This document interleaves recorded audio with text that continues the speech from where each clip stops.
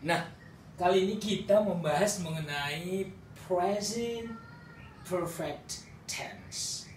Artinya, waktu yang sudah atau telah sempurna. Namanya juga sudah atau telah. Apa bedanya nanti dengan past perfect?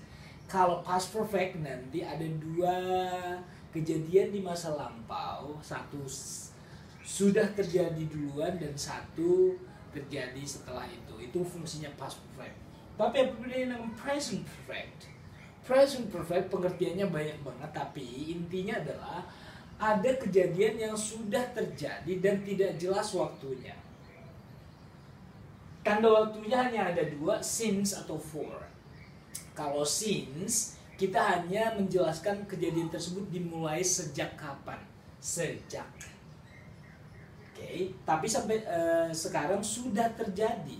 Meskipun kejadian tersebut masih akan terjadi atau sudah selesai, kita tidak tahu. Oke, tapi biasanya present perfect tense itu hanya ada dua penjelasan, sejak dan selama.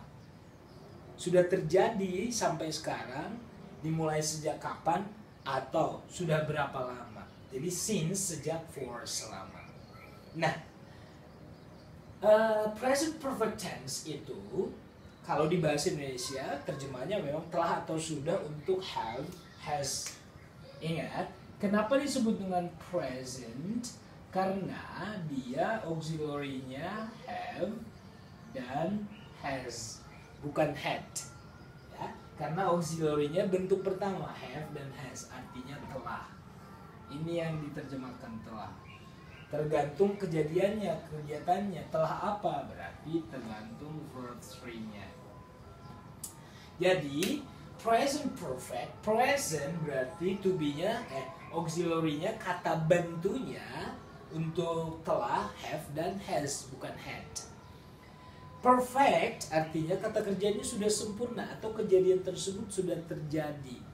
Ya, meskipun kejadian tersebut sudah terjadi atau masih terjadi sampai ke depannya tidak masalah.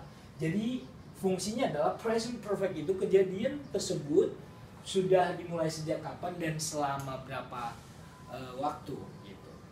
Oke, nah itu yang ditekankan di sini. Present maksudnya auxiliary-nya have dan has, bukan had. Kalau had nanti past perfect.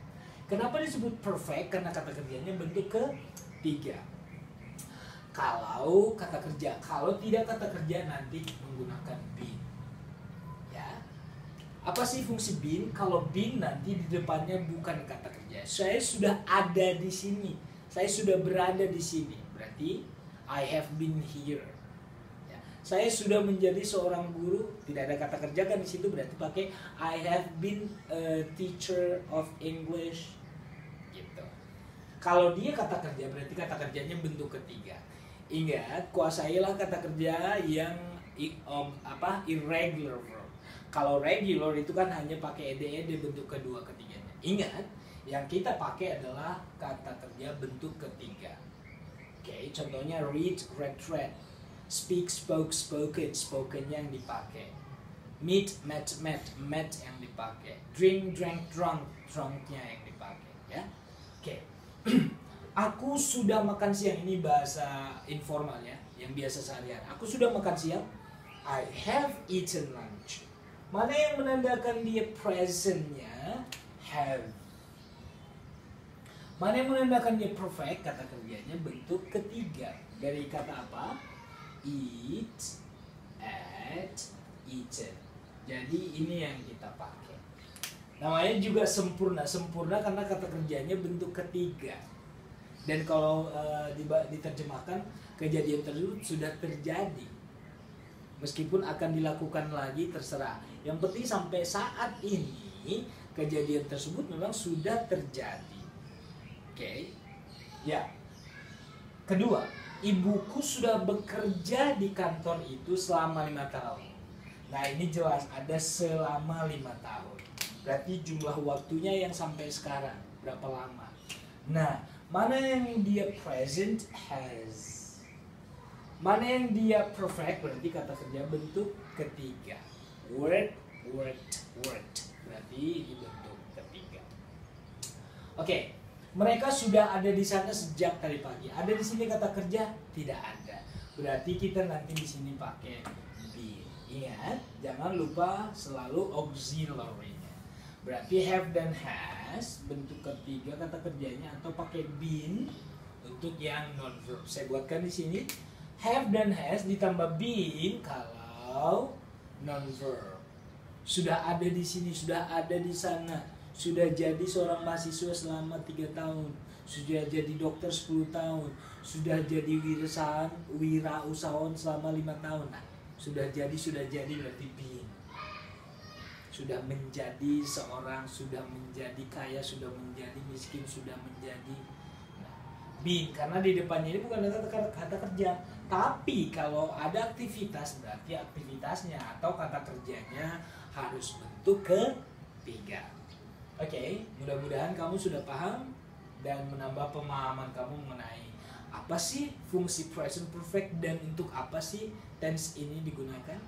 Jadi, kalau kamu menjelaskan kejadian yang sudah terjadi, tapi kamu hanya menekankan since atau for, sejak kejadiannya kapan atau selama kurun kegiatan tersebut terjadi, pakailah present perfect. Artinya, kejadian tersebut sudah dimulai di masa lalu, tapi sekarang sudah complete, sudah terjadi, dan mungkin kedepannya masih terjadi. Contoh pertama kayak gini dalam bahasa Indonesia. Aku sudah kuliah di kampus selama 3 tahun. Sudah dimulai 3 tahun yang lalu, sekarang masih, 1 tahun ke depan masih kan. Tetapi yang ditekankan adalah sampai saat ini kamu sudah menjadi seorang mahasiswa selama 3 tahun.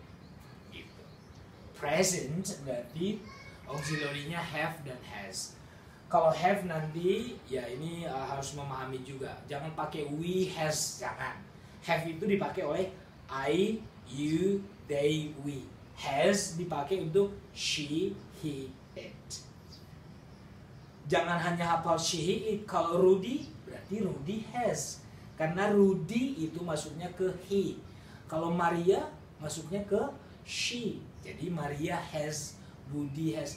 Kalau Budi and Maria kan ada 2, berarti have. Kan they kan. Kalau 1 orang tambah 1 orang berarti sudah mereka, berarti they. Berarti nanti have. Jangan karena Budi and Susi. Budi kan has, Susi kan has lah. No, karena sudah ada 2 di situ, Budi and Susi. Berarti have. Nah, hal-hal yang seperti ini memang perlu kita praktekkan, dan kalau memang bingung coba dilihat lagi video saya atau belajar dari sosial media lainnya. Salam gunawan teman-teman, thank you so much.